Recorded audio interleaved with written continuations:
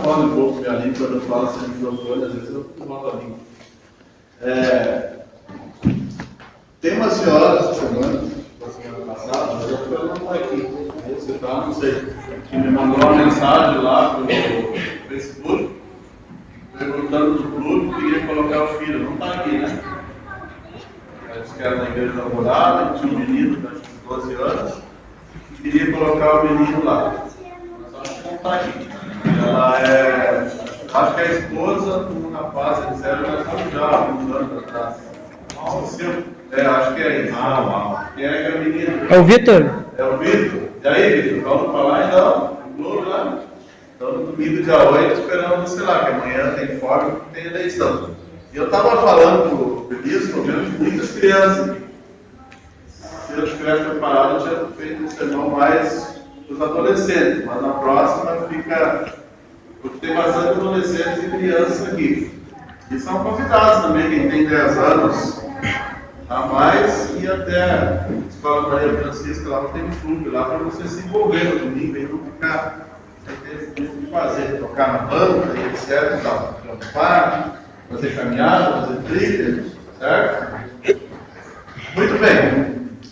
Já fazia um tempinho que a gente conversava com Elias, aí nunca dava certo. Às vezes, quando ele tinha uma data, eu já estava enrolado dentro da igreja. Mas até que enfim deu uma data certa. A última vez que eu vim aqui, se eu não estou enganado, nem foi aqui, né? Foi lá em cima. Lá em cima, e foi no domingo, quarta-noite, se eu não estou enganado. Não lembro que se foi uma quarta e domingo. Mas é um prazer nós estarmos aqui, e nós vamos estudar um pouquinho nessa manhã sobre algo que fala sobre adoração. E algo que muitas vezes na nossa mente finita nós não conseguimos compreender, que é o amor infinito de Deus por nós. É o Deus que sempre nos procura, mesmo não sendo nós merecedores. E nós às vezes não conseguimos entender isso. E às vezes a gente fica olhando e algumas coisas interessantes nessa questão da comunhão, da adoração. E eu estou com 48 anos. Não parece, né? Parece mais. E vou fazer 49. E quando eu tinha a idade desses meninos aí, 10 anos, o que eu mais me lembro, consigo me lembrar, acho que é desde os 7 anos. Antes disso eu não lembro. E eu lembro da idade dos 7 anos porque nas escolinhas tinha o antigo flanelógrafo, que hoje quase não é mais utilizado. E ali era a minha professora do Jardim da Infância, colocava as figurinhas, e então eu lembro desse período que foi passando, e se eu olhar para esse período em que eu vivi na igreja e olhar para hoje, eu poderia dizer que muitas coisas eu me escandalizaria da forma que está a igreja hoje, na questão da adoração. E às vezes eu escuto alguns pastores mais do tempo da velha guarda, pastores jubilados, e eles fazem algumas pregações, às vezes, sobre adoração, sobre algumas coisas da igreja, que até eles mesmos dizem, eu vou pregar isso, vão me chamar eu depois de louco, de fanático, disso, aquilo.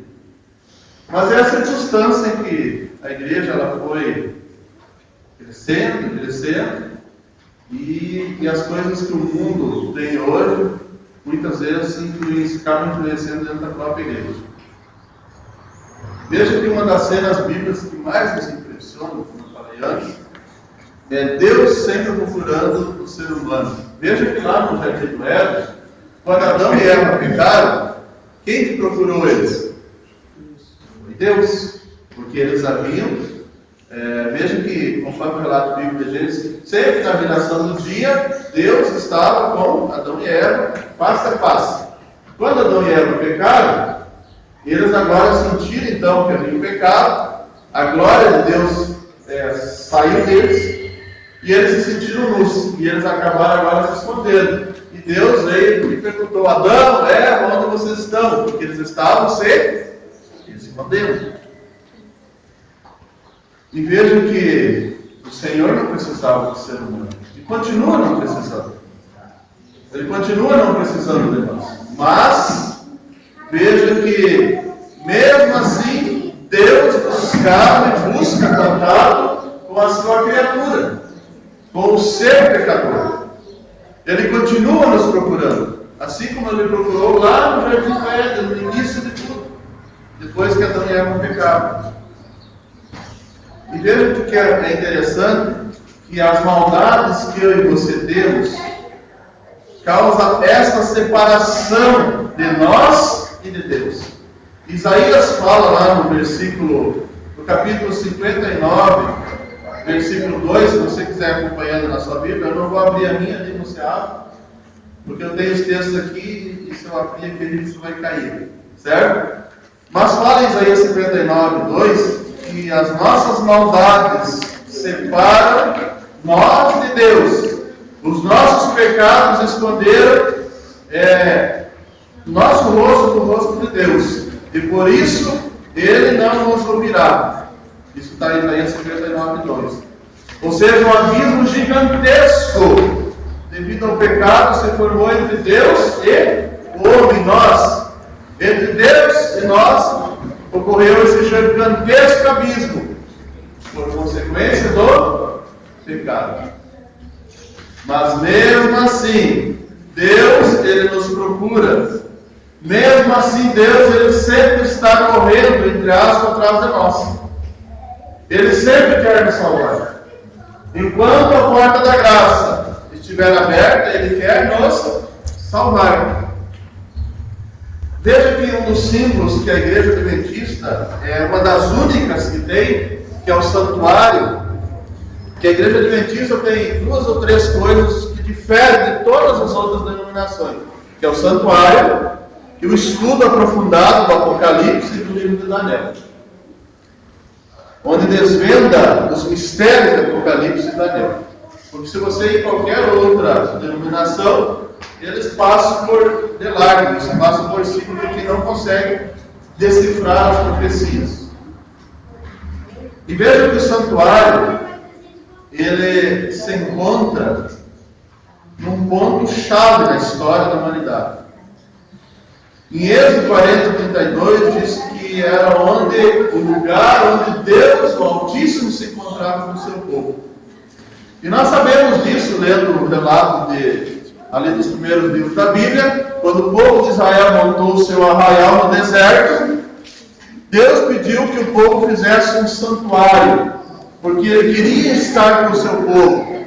Então Deus deu as medidas e foi montado o primeiro santuário lá no deserto, que era montado em barracas, e tinha um povo exclusivo, que eram os levitas, que cuidavam da manutenção desse santuário. E ali havia o lugar santo e o santíssimo. E fora desse santuário havia ali o pátio, havia o altar do sacrifício, a bacia onde eles se lavavam. E dentro do santuário, então, havia, dentro do lugar santo, algumas coisas, e no lugar santíssimo, outro. E principalmente no lugar santíssimo estava a arca, e onde tinha o Shekinah. Era onde a glória de Deus se manifestava, de forma real mesmo. Por isso que o lugar santíssimo, ninguém entrava, porque se alguém entrasse, morria na hora. Entrava apenas uma vez ao ano o sumo sacerdote. E nas demais vezes, apenas o lugar santo, onde era ministrado ali, aspergia o sangue nas cortinas. Mas tinha 2 móveis nesse lugar, no lugar santo, que é interessante e nos chama a atenção. Um deles é a mesa dos pães, onde havia 12 pães. E veja que esses pães ali, eles representavam as 12 tribos de Israel. E esses 12 pães que ficavam ali naquele local, a cada sábado era consumido pelos sacerdotes, e os levitas que cuidavam, eles renovavam, eles colocavam mais 12 pães. E veja que esses pães, eles tinham um significado muito interessante. Além de representar as 12 tribos de Israel, eles representavam Jesus, conforme diz lá em João 6,48, que fala que Jesus é o pão da vida. E quando esses sacerdotes, eles ingeriam esse pão, a cada sábado, Isso era um símbolo de ingerir, entre aspas, Jesus. De que eles acabavam ingerindo o pão da vida. E veja que a mesma com esses pães da propiciação nos ensina que precisamos ter Jesus dentro de nós. Isso é um dos ensinamentos. E outro móvel que aponta diretamente para a comunhão, que estava no lugar santo, é o altar do incenso, o altar do incensário, que todos os dias estava aceso, e aquela fumaça subia aos céus como um aroma agradável a Deus, simbolizando a oração dos santos, a súplica dos santos, que hoje nada mais é do que a nossa oração, que sobe a Deus como um aroma agradável, pela nossa gratidão e também pelas nossas petições a Deus. Então eram dois móveis que tinham algum significado interessante. E nós podemos então entender um pouquinho o sentido do santuário, no meio do povo, e onde Deus ele vinha ali diariamente, através do Shekinah, ter contato com o povo. Muito bem, nós entendemos isso. Nós podemos fazer uma pergunta, eu fazer para mim, e você fazer essa pergunta. Como eu e você podemos ter Jesus dentro de nós? Como nós podemos fazer isso? Porque nós vivemos em um mundo secularizado, em um mundo de pecado, em um mundo onde as pessoas não têm mais tempo para Jesus, em um mundo onde corre, cada pessoa procura alcançar as suas metas, os seus objetivos. Só que nós temos que entender que dentro do cristianismo, a nossa meta maior é alcançar o céu. Essa é a nossa meta maior. Mas o povo de Deus está perdendo um pouco o foco. Nós estamos perdendo o foco. Porque se eu e você queremos alcançar o céu, nós teríamos que todos os dias, incansavelmente, ingerir o pão da vida. Ingerir o pão da vida. Ou seja, todos os dias nós deveríamos nos alimentar do pão espiritual, que é o estudo da palavra, é o estudo da lição, é a leitura do Espírito e profecia, para que nós pudéssemos estar rodeados de sabedoria, entendimento e compreensão, para que quando tivesse as lutas, os problemas, nós estivéssemos abastecidos com esse pão da vida. Assim como faziam os sacerdotes, que se alimentavam diariamente, através de Deus vindo com o seu poder, com o Shekinah, vindo ao encontro deles, entendendo isso, e a representação do pão físico que simbolizava o pão espiritual. Mas o que acontece muitas vezes nos nossos dias atuais? Nós pegamos a nossa Bíblia, alimento espiritual, vemos até a igreja no sábado, certo? Nos alimentamos no sábado, aí chegamos em casa, colocamos a nossa Bíblia, a nossa lição em algum local, cada um tem seu local, e muitas vezes assim o deixamos lá até o próximo sábado. Agora veja uma experiência interessante. Vamos supor hoje, pelo meio-dia, o Elias vai almoçar, sei que alimento lá, Salete Pedro, lá, está bom, está ruim, mas ele vai almoçar esse delicioso alimento físico que a Salete preparou, vai na casa de alguém. Muito bem, ele se alimentou desse alimento nesse sábado. E agora, o próximo alimento que ele vai querer fazer, física, será no próximo sábado.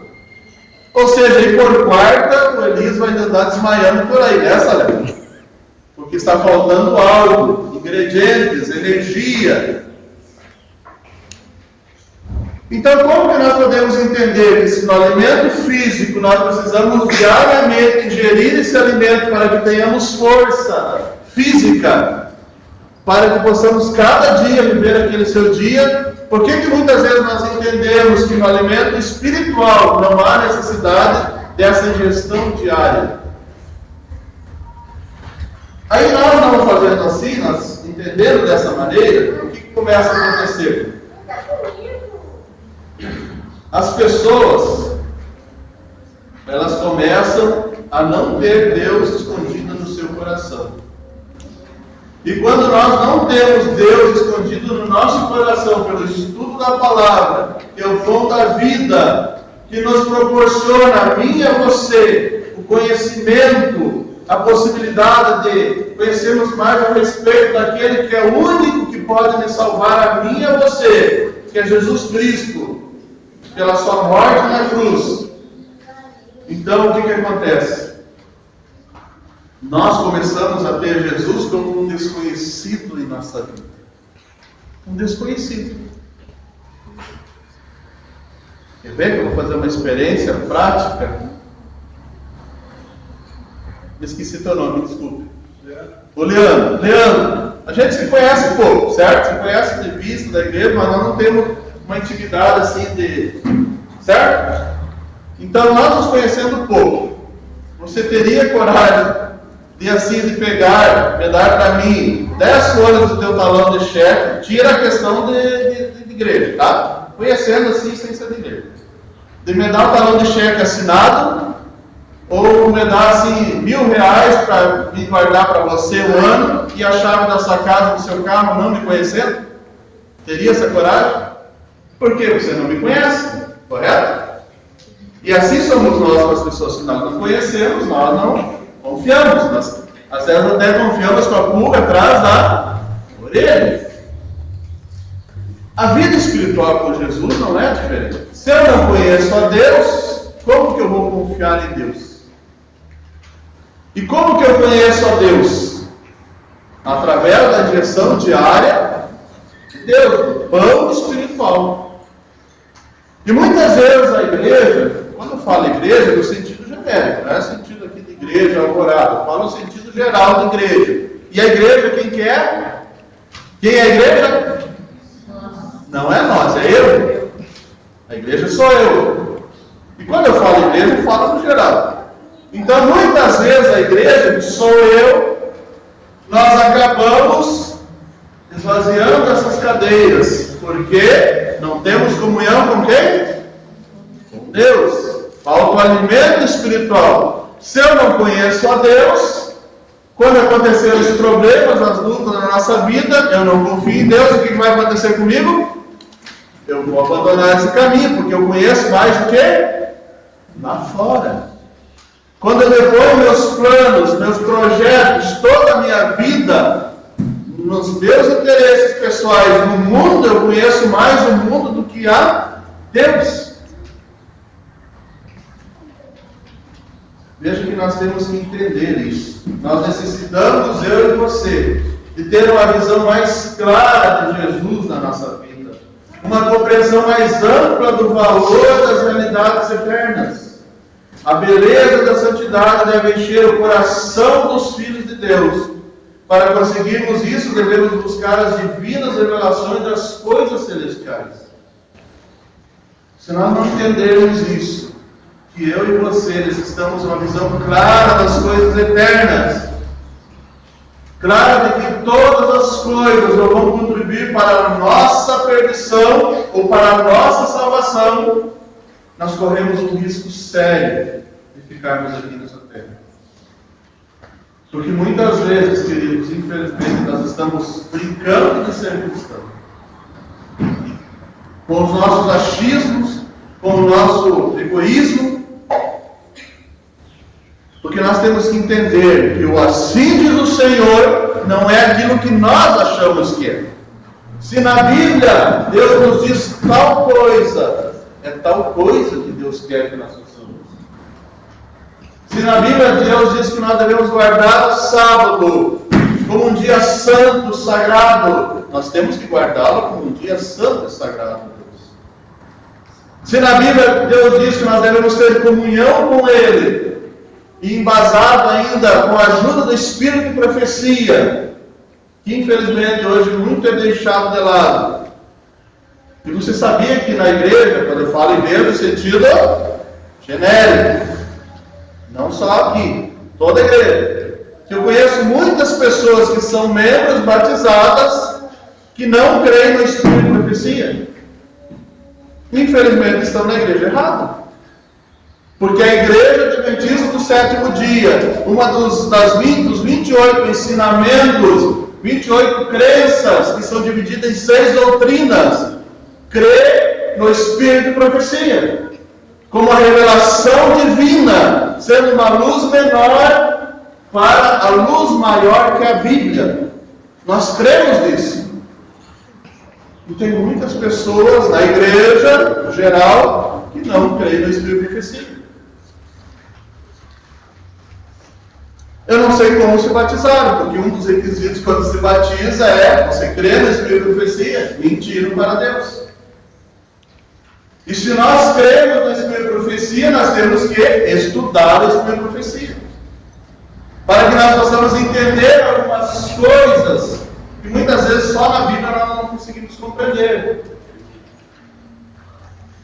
Veja que a oração, que é um elemento importantíssimo da comunhão com Deus, porque é através dela que eu e você abrimos o coração a Deus, expressamos os nossos sentimentos, as nossas dores, as nossas alegrias a Deus.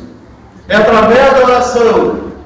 Mas que o apóstolo Paulo nos aconselha em Efésios 2,18, que nós devemos perseverar na oração por todos os santos.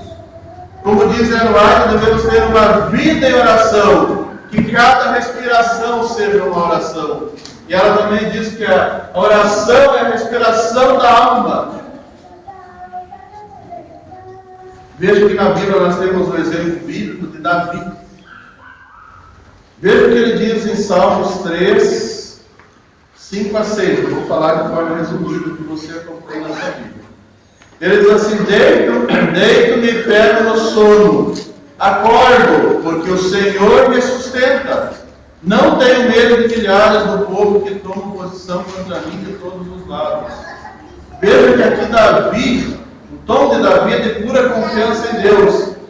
E após essa oração, o rei superou algumas angústias pelas quais passou. E nós conhecemos a história de Davi. E do sucesso ao fracasso, e do fracasso ao sucesso novamente. Veja que Davi aqui, em 2 Samuel 15:30, diz que ele subindo pela encosta do Monte das Oliveiras, ele ia chorando, tinha a cabeça coberta e caminhava com os pés descalços. Também todo o povo que ia com ele tinha a cabeça coberta e subia chorando sem cessar. Veja que esse verso ele consola a mim e a você, porque nós entendemos que Davi era um homem igual a nós. O homem segundo o coração de Deus, conforme diz a Bíblia, era um homem igual a nós. Um homem que tinha os seus medos, que teve os seus fracassos, que teve as suas lutas, que teve as suas vitórias. E aqui ele faz uma oração, porque ele estava diante de uma situação, conforme diz o Salmo 3, versículo 7 a 8, diz assim: levanta-te, Senhor, salva-me, Deus meu, pois feres nos queixos a todos os meus inimigos, e aos ímpios quebra os dentes do Senhor, é a salvação e sobre o teu povo a tua bênção. Veja que aqui Davi estava diante de um problema, diante de uma batalha, de vencer seus inimigos. E nessa oração, ele pede para que Deus cuide dele, para que Deus resolva o problema dele. E nessa oração, um pouquinho mais à frente nos versos, ele também pede por seu filho Absalão. Veja que Deus respondeu a oração de Davi, mas não completamente. Porque diante da batalha dos seus inimigos, Davi venceu. Mas veja que tem um porém, Absalão, o que morreu de forma trágica. E aqui nós temos que entender, diante dessa oração de Davi, que Deus ele responde às nossas orações, mas muitas vezes não como nós queremos. Porque às vezes eu peço para Deus coisas que Deus sabe que para mim não vai ser bom. Então aqui quando Deus respondeu a oração de Davi, ele respondeu uma parte dela, a outra ele disse não para Davi. Mas mesmo assim Davi ficou confortado, porque ele entendeu que era a vontade de Deus, e agora ele estava em paz com Deus, porque ele tinha comunhão com Deus. E quando você tem comunhão com Deus, quando as nossas expectativas, daquilo que nós muitas vezes queremos, ou achamos que é bom para nós, não são respondidas, nós entendemos que é a vontade de Deus para a nossa vida. Porque muitas pessoas abandonam a igreja porque acham que Deus tem que fazer as suas vontades. Porque acham que o cristianismo, como vocês estudaram na lição hoje, é ter vitória, é ser feliz em tudo, não ter doença, não ter problema, não ter lutas, não ter falta de trabalho, não passar necessidade. Muitas vezes acham que o cristianismo é isso. Mas quando se tem comunhão com Deus, a gente entende que o cristianismo é passar pelo vale da sombra e da morte, como diz o salmista. Mas não temer, porque Deus está conosco. Na Bíblia também Deus diz que Ele não prometeu para nós, quando nós aceitássemos Ele como seu Salvador, que Ele daria o mundo. Não, Ele prometeu a vida eterna. Mas tende bom ânimo, Ele diz, porque eu venci o mundo. E se Ele venceu, Ele quer que nós sejamos vencedores em Cristo Jesus.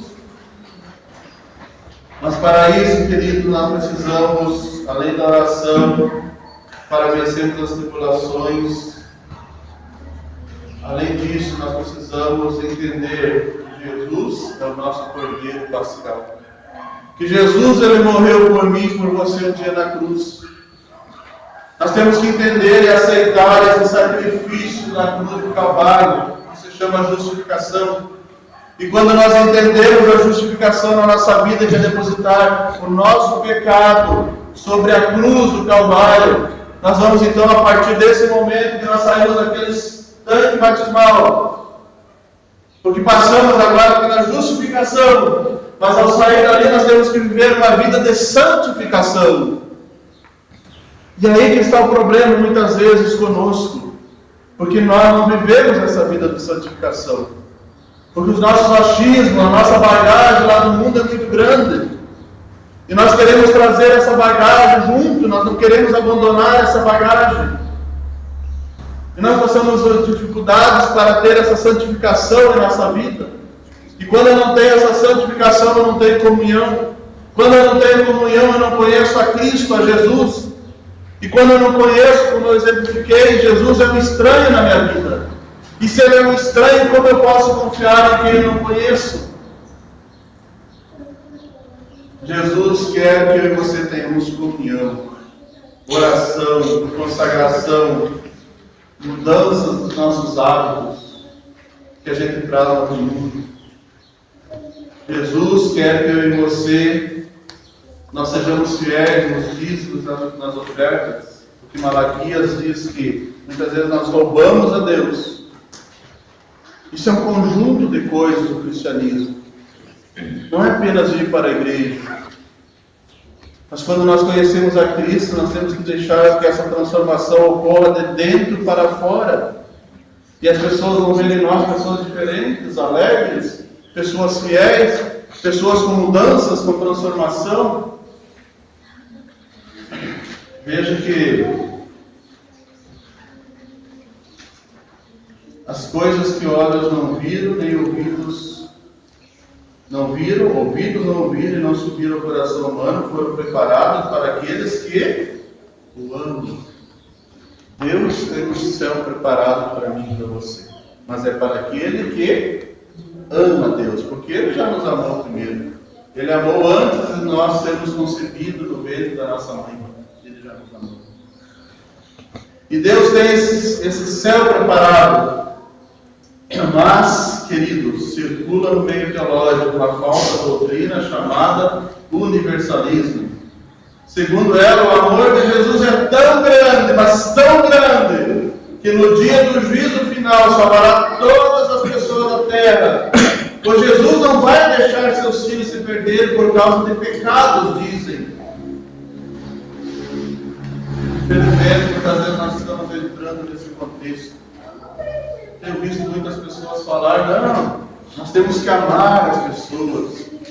Mas, queridos, amar não é concordar. Amar é uma coisa, concordar é outra. Amar e concordar com ele, eu estou sendo conivente. Então nós temos que entender, porque isso é uma coisa universal hoje. Hoje você não vê na TV, nas igrejas, só fala em amor, faz amor, faz amor. Mas veja que, segundo ela, o amor de Jesus, que diz que é tão grande, que vai salvar todas as pessoas, isso é uma mentira diabólica. Porque Jesus não vai salvar por eu apenas dizer eu te amo. Veja que todos que estarão no céu serão amados por Jesus, mas nem todos que são amados por Jesus estarão no céu. Entenderam? Será que eu entendi isso para mim também? Que nem todos que estarão no céu, nem todos, são aqueles que dizem que amam a Jesus, mas todos serão amados por Jesus. Porque se eu não amo a Jesus, como o apóstolo Paulo deixou claro, que o céu é para aqueles que amam a Jesus, e nós amamos porque Ele nos amou primeiro. Infelizmente hoje o amor virou uma coisa muito banalizada. Hoje 2 jovens se encontram e uma semana eles estão dizendo eu te amo com toda a minha vida, com todo o meu mundo. Amor banalizado. Nem conhece a pessoa, como é que vai amar? Se eu não conheço, eu não amo. E como que eu posso em 3, 4 dias dizer eu te amo, te dou o mundo? Mas na primeira probleminha aquele mundo já não dá mais. Porque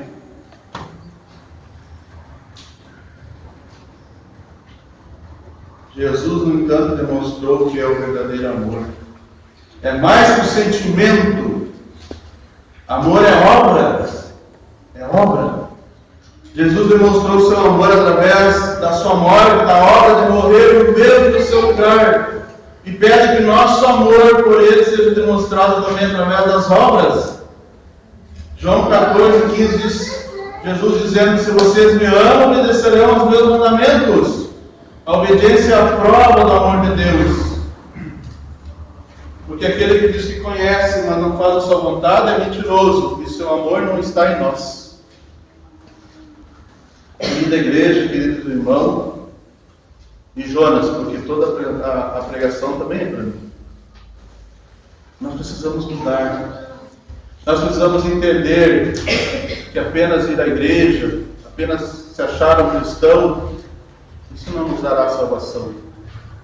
A salvação depende de mudança, depende de comunhão. E como Jesus está falando aqui, nós não somos salvos pelas obras. Mas o amor sem obras a fé sem obras é morta. A fé sem obras é morta. E está chegando o período que nem Elias fez aqui. Nós hoje vamos escolher a comissão, a grande comissão eu já escolhi. Um período difícil na igreja, porque as pessoas não querem se envolver nas obras de Deus, porque não tem tempo para Deus, porque não tem tempo de fazer as coisas para Deus, porque o seu tempo está lá no mundo, nos projetos, quero me formar na faculdade, tenho que fazer isso, tenho que dormir no final de semana, tenho que descansar, mil e uma desculpas para Deus, mas querem estar onde? No céu. No céu, mas não tem tempo para Deus. Não tem tempo para Deus. Se eu não tenho tempo para alguém, como que eu posso ser que eu amo? Como eu posso ser que eu conheço aquele do qual eu não tiro tempo, aquele do qual eu não conheço? Que Deus abençoe a mim e a você. Amém. Que nós possamos entender o verdadeiro sentido do cristianismo na minha e na sua vida. Esse é o meu desejo por mim e por vós esta manhã. Deus nos abençoe. E que o dia, pela sua graça, pela sua misericórdia, possamos estar no céu. Amém. Amém. Eu teria uma jovem que queria cantar para mim, ela não veio. Eu fui algum problema. Então, eu quero convidar você para cantar o hino. Ver se eu consigo me lembrar. 469, se não me engano, é Ó Esperança. Que a gente chama assim como sendo o hino oficial da Igreja Adventista. Porque advento, Igreja Adventista, esperança. Esse é esse. Isso, coloque-se de pé.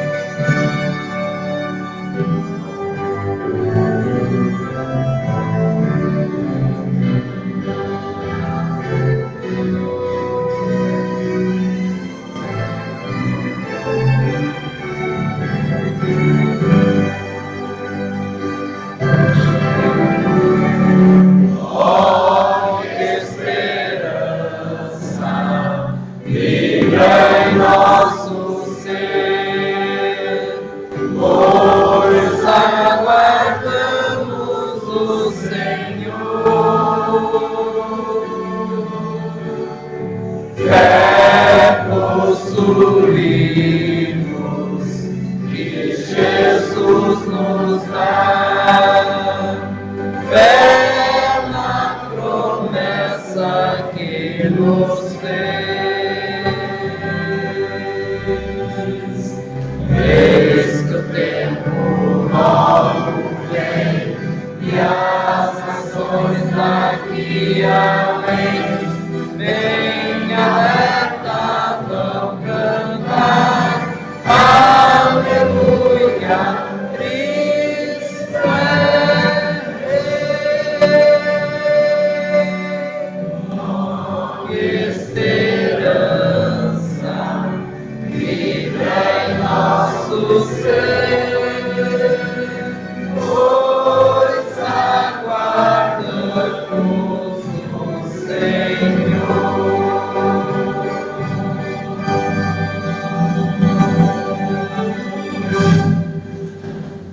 Senhor Deus, que essa esperança possa estar viva em nossos corações. Amém. Dia a dia, momento a minuto, minuto a minuto, segundo a segundo, nós possamos sempre estar vivo no nosso coração essa esperança. Amém. Pede-nos com a tua paz, a tua direção e o poder do teu Santo Espírito em nossas vidas.